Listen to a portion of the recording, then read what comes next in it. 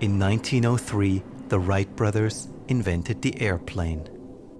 It was hard to imagine then that today there would be over 500,000 people traveling in the air at any point in time. In 2008, Satoshi Nakamoto invented Bitcoin and the blockchain. For the first time in history, his invention made it possible to send money around the globe without banks, governments, or any other intermediaries. Satoshi is a mystery character, and just like the Wright brothers, he solved an unsolvable problem.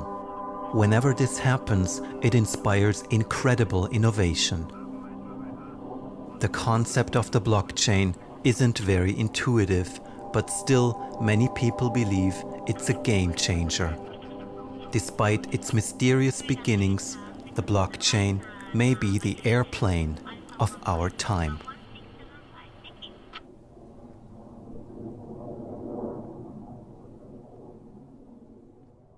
I found out about blockchain first, as most people around that time were, through Bitcoin. And personally, at first, I thought that Bitcoin was an absolutely terrible idea. I was teaching at Stanford back in 2010, and a teaching assistant for the class sent me an article. She said, oh, there's this really cool thing. It's open source money. And I remember thinking, open source money, isn't that cool? But it'll probably never work. I did what most people do the first moment they are exposed to Bitcoin. I discounted it. I thought this was silly internet money.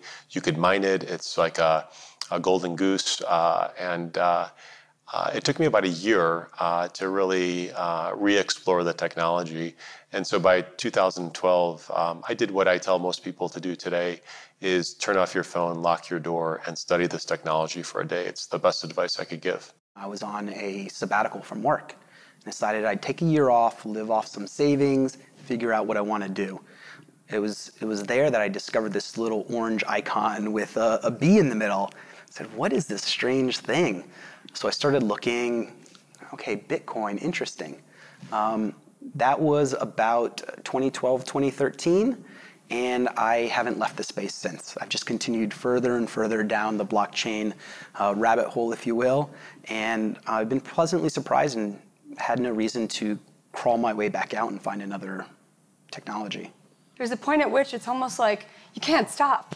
It just gets so interesting, and you're so fascinated by it, and you just want to learn more and more and more. And even, by the way, to this day, there are new developments. You know, there are new ways of solving problems, new approaches, and it's very exciting to be in this world. It feels really exciting to be involved in blockchain.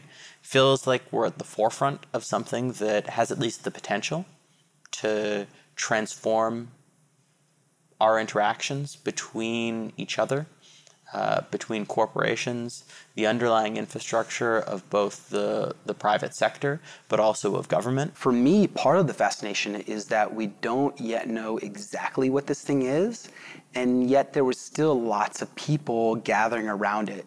And I thought of it as like, you know, a space rock that crashed on Earth, right? You'd have a bunch of people that gather around, and they're all pointing, what is this thing? And you don't really know what it is, but it's still very interesting.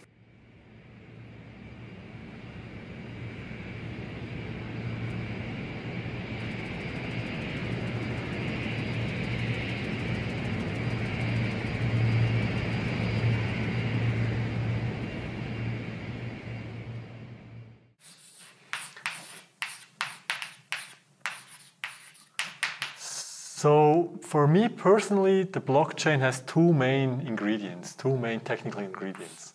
So one ingredient is cryptography. And when I say cryptography, I really mean asymmetric cryptography. And the other ingredient is so-called distributed systems.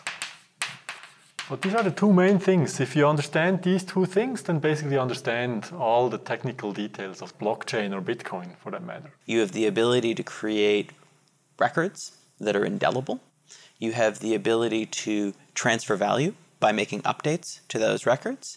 And you have the ability to automate updates to the records through these things called smart contracts. And that means potentially that you could transform the structure of financial services. Today, there are all sorts of institutions that exist to maintain sets of records, to be a trusted third party is the industry parlance for it. And that role is potentially fundamentally reshaped. Blockchains are networks. And networks that we see today, Alibaba, Airbnb, Uber, those are interesting networks, but they're centralized networks. Here, you're going to have networks that are decentralized, that are working more on as a cooperative. I think some of the challenges will be what are the economics of those networks, what are the economics of certain blockchains versus today's discussion, which is all about the technology. I think tomorrow's discussion will be about how do you build network effects off of these new railroads. And what's especially interesting for me is that it was a grassroots movement from the technology sector, not sort of the movement of established businesses trying to get in to find a new selling point. It's really a bottom-up movement from us geeks. It's one of the most amazing things in science that happened in the last 100 years, that this thing is actually possible, that you can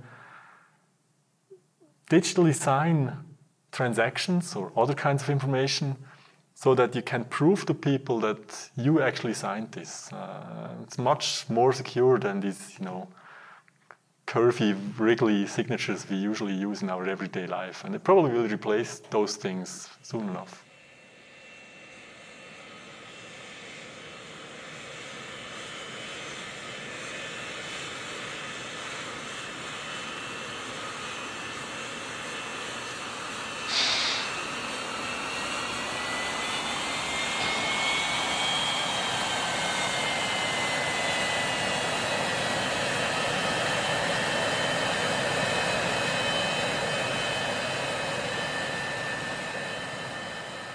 We spent 2 years trying to understand this space and what it really meant, and we found out that it meant a lot more than just another digital currency.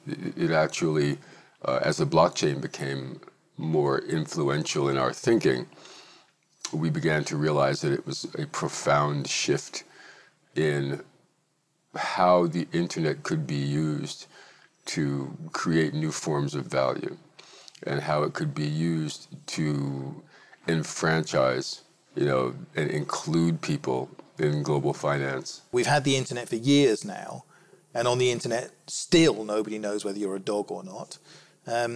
Identity fraud is completely out of control, data breach. So, the area where we need some new thinking is in the sort of in the identity space. So maybe the technology brings something new into that space. And we need it fairly quickly, because we haven't fixed the identity problem for people, but we're about to put 10 billion, trillion, gazillion things on the internet. We can have a trust relationship without really having ever met each other or having done business at all with each other. I think that's fundamental, one of the fundamental things. Security is another. Blockchains are military-grade cryptology, and they've never been cracked. It isn't, when you hear about hackers, stealing Bitcoin or whatever, they're not stealing from the blockchain itself. They are stealing at the point of entry, at the wallet level or at the browser level, and they intercept those messages. But the blockchain itself is very secure. The Internet of Things will probably be the best test case for a lot of blockchain technology. Because if we're going to have millions or billions or trillions of Internet-enabled devices doing everything from driving us around to managing our affairs to monitoring our health, they're going to need a way to move and store and manage value and data that has value in a way that's secure and private. And right now we don't have that. And I'm concerned about the ubiquity of data and how it flows in and through internet-connected devices. I think with a value platform like blockchain, we can at least address some of these problems and maybe even create new opportunities.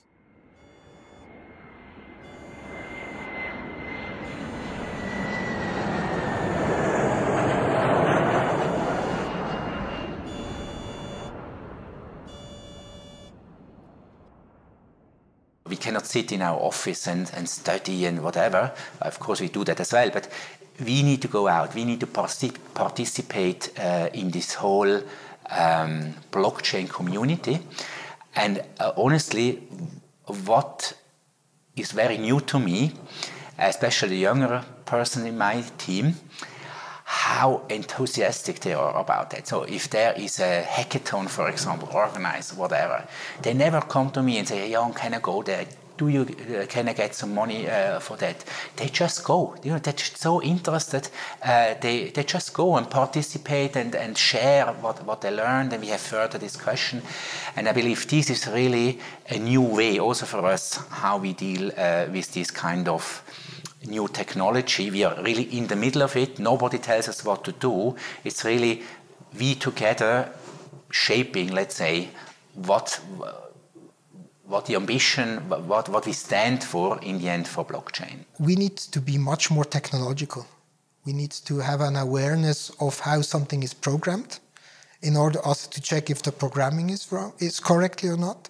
So these might be a kind of capabilities that at the moment we have, but not in the way that it's needed for the future. So I think in the future you always need to have a kind of IT or technological link to the things in order to understand them.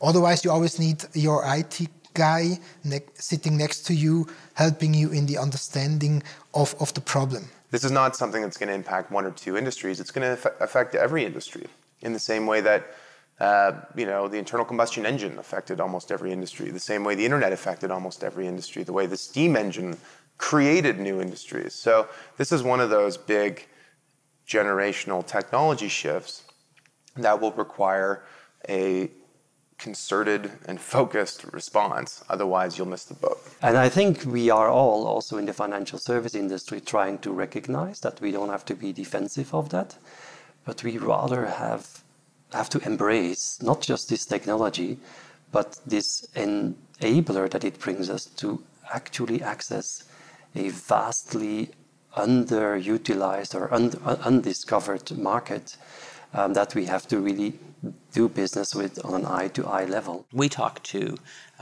all sorts of senior executives in financial services, and often we talk to them and they'd say, well, we've looked at Bitcoin, we've had smart people come in and explain to us how the blockchain works, but I still just really don't understand what it means for my business.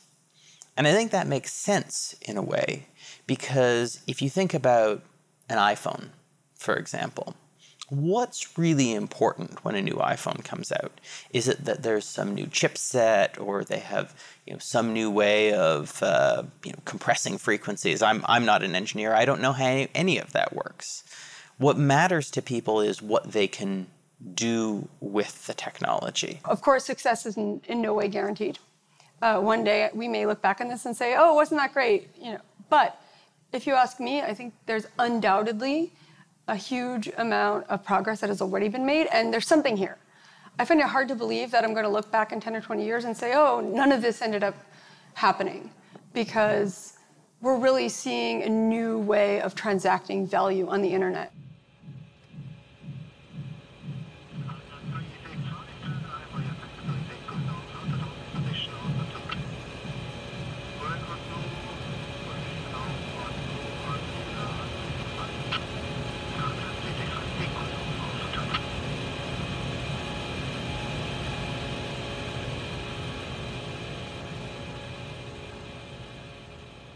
I know how big financial institutions work. First of all, they're not going to run out and do something reckless with technology. This is people's money and livelihood that they're working with, right? So these are slow upgrade processes.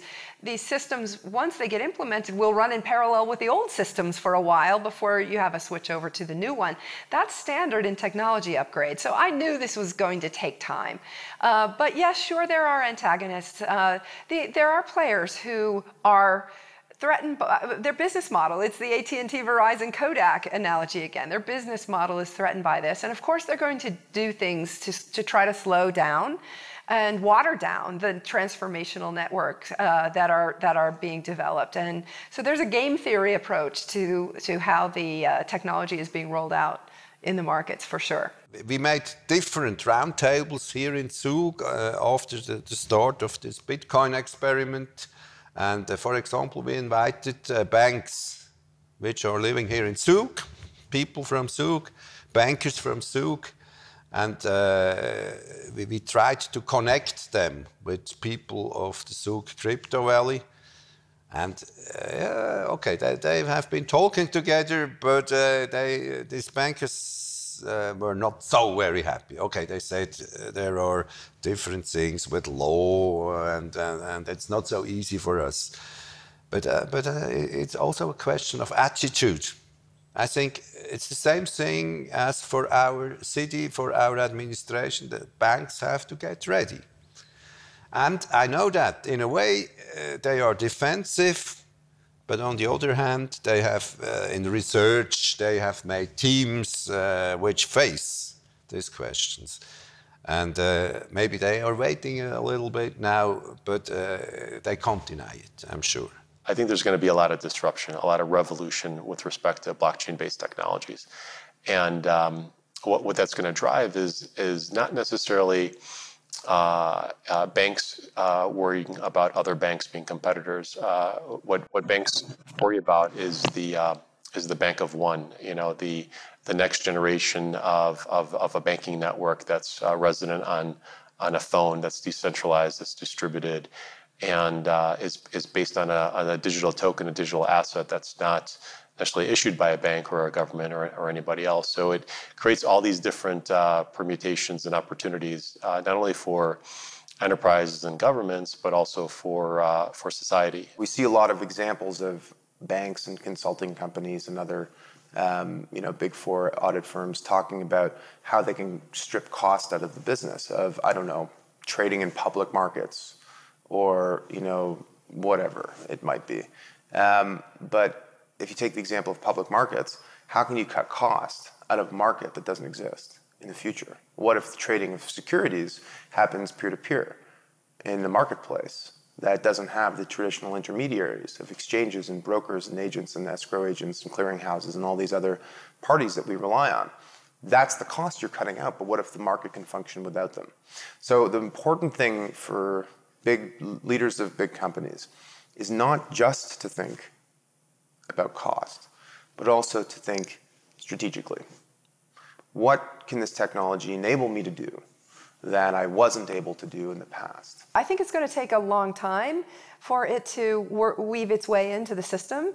It may take a normal tech upgrade cycle for it to fully weave its way into the system, but I've said publicly, I think within 20 years that financial services will be just software. And the smart contracts technology in particular is going to automate a lot of the things that institutions and people handle today.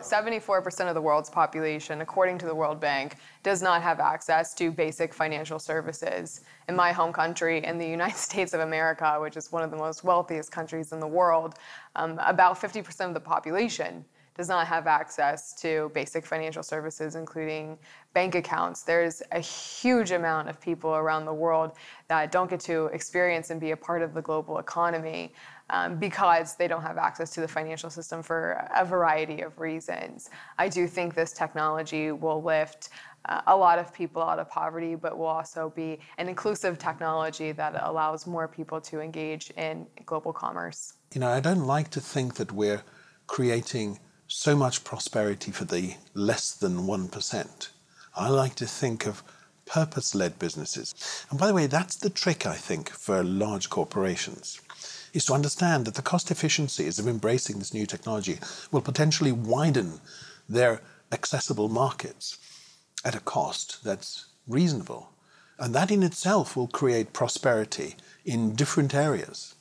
Something that I think we should think about. Pretty soon, when smartphones can be had for less than $5 each, which is right around the corner, nearly every person living in poverty on Earth will have access to a smartphone and be connected to a network.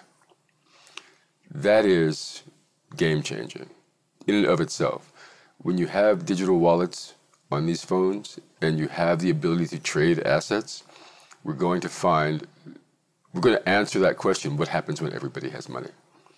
Because capitalism itself has thrived in some areas by the natural exclusion of others from markets. It actually uses that scarcity principle as its driving basis. So what happens when money is not scarce? We will look at people and say, okay, what is the things that I cannot do and that we can, join forces. Much more than today, where we look at people and say, okay, how big is your car and how much money do you have on your bank account? So I believe that the future will be even more human or humane, than the last 100 years that we've seen.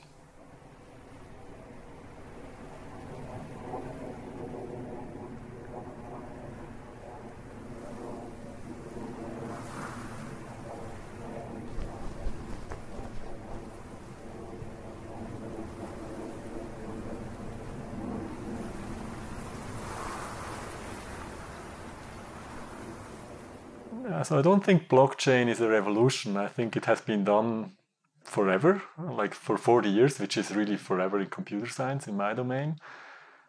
So both parts, both ingredients, the security and the distributed systems have been around since the 70s, basically, since the early 70s. And this is not the revolution. But the revolution, in some sense, or the evolution is that that jobs will change. That's something I believe in, that jobs will be, digitized in some sense. Computers will do a lot of the manual labor that we still see in this kind of service domains today. It's called the fourth technological revolution, and I think we are at the beginning of such a revolution just now, and that's why we don't close the eyes. And some people say, okay, there will be much trouble, people will lose their work and everything, jobless people. And I'm sure it will happen, but it's better we face it than we deny it. Offshore working or automation or robots, are they threatening our work? And it's a real life question when your own son, who's prepared to go to get an advanced education, asking you that question. And I concluded that yes, I do have a genuine answer, that it's not threatening. It is forcing us to think a little bit different, but if we do it smarter, we actually give also the next generation a great new opportunity to actually reinvent why they get up every morning and why they go to work, and make sure they really make best use of the degree they studied for and the things they really want to do in life. I want to make the world better, just better. Okay, and whatever my measure of better is, or yours, is what might be valued by society. But the other thing is this wonderful opportunity to create a little bit of prosperity, because what prosperity offers you is independence. We don't have to have people who are living in squalor and simply, fighting for a handful of rice every day. There's too much. There's too much in the world to live like that anymore. And I think that certain countries, I think even certain corporations are beginning to understand that. And certainly this movement, this blockchain movement, is the technology underpinning, the technology part of that mindset which exists offline as well. The idea is out, and if it's not being realized here, it may be realized there, or even in the internet, uncontrollable. So Bitcoin is here. Bitcoin is here to stay, and it will become bigger and bigger, as the blockchain, of course, as cryptocurrencies, as the possibilities which are connected to the blockchain and cryptocurrencies. That's out of the box. And the whole system does not need any government. It exists it works. It's like a computer network surrounding the world. And you can say, okay, we don't want to be part of it. So be it. It's here, and it won't go away.